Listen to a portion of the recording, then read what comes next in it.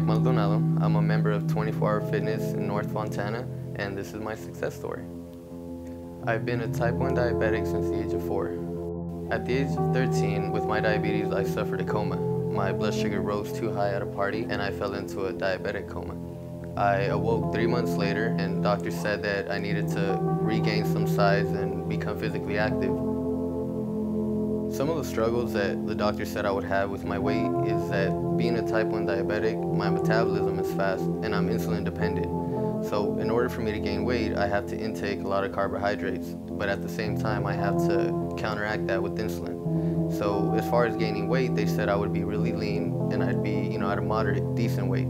But never did they imagine that I would actually gain muscle mass from consistent working out. It actually started at the age of 16. When I initially enrolled in 24 Hour Fitness. I began working out for a year straight, and I've noticed that my insulin levels began to lower and my blood sugar started to stabilize. I was 80 pounds. By the age of 18, 2 years of hard working out, I gained about 60 pounds. And after I started gaining the weight, I continued to dedicate myself and force myself to overcome that challenge and continue to push myself. After that, the doctors began to notice some lumps in my body, and at first I was diagnosed with pneumonia. I went from 160 pounds to 80 pounds in a matter of 2 weeks. By the time the doctors realized what it was, I was diagnosed with stage 4 Hodgkin's lymphoma. I was 19 at the time. When the doctors told me I had cancer, they said that my life expectancy was anywhere from 2 to 3 years. They said that my cancer was so advanced, it had developed into my bone marrow and attacked my immune system, my lymph nodes, and I formed a tumor under my heart. So they said that with intensive chemotherapy, it would prolong my life for 2 years tops. They said that working out wouldn't be a way to help myself. It's something that was in God's hands. For the next 14 months, I did a series of chemotherapy weekly that lasted about 6 months, and my tumors continued to grow. After that, I had a set of radiation treatments that were daily, and that proceeded for 3 months.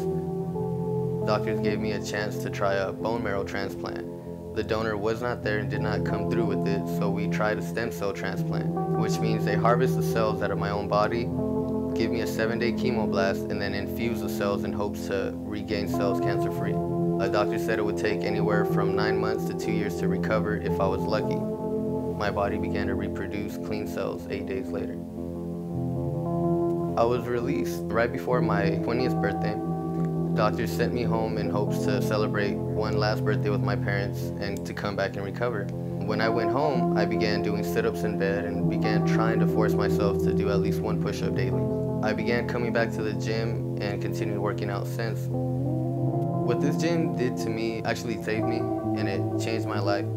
The members here, along with the trainers, would see me, day in and day out. And no matter what struggle I was or what body weight I had at the time, they kept telling me to keep fighting, keep pushing forward.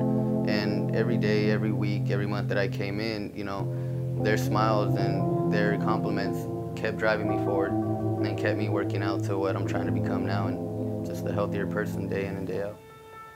After I beat the cancer, I am now struggling with coronary heart disease. I developed the condition after the radiation and the chemotherapy. Doctors now predict that I'm going to have some type of stroke or heart attack if I continue to stress myself within the next year and a half. The best positive message that I could send to those that are also struggling, no matter what the cause may be, is to have a healthy mindset. Your mind can overcome any obstacle, and your body overcomes anything you set your mind to.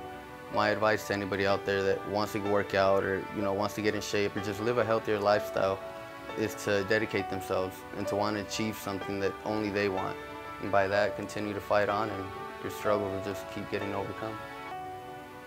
I want to thank my cousin, Big Mike, Michael Corrales.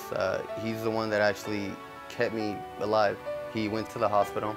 He handed me a book and had me curl the book in the hospital.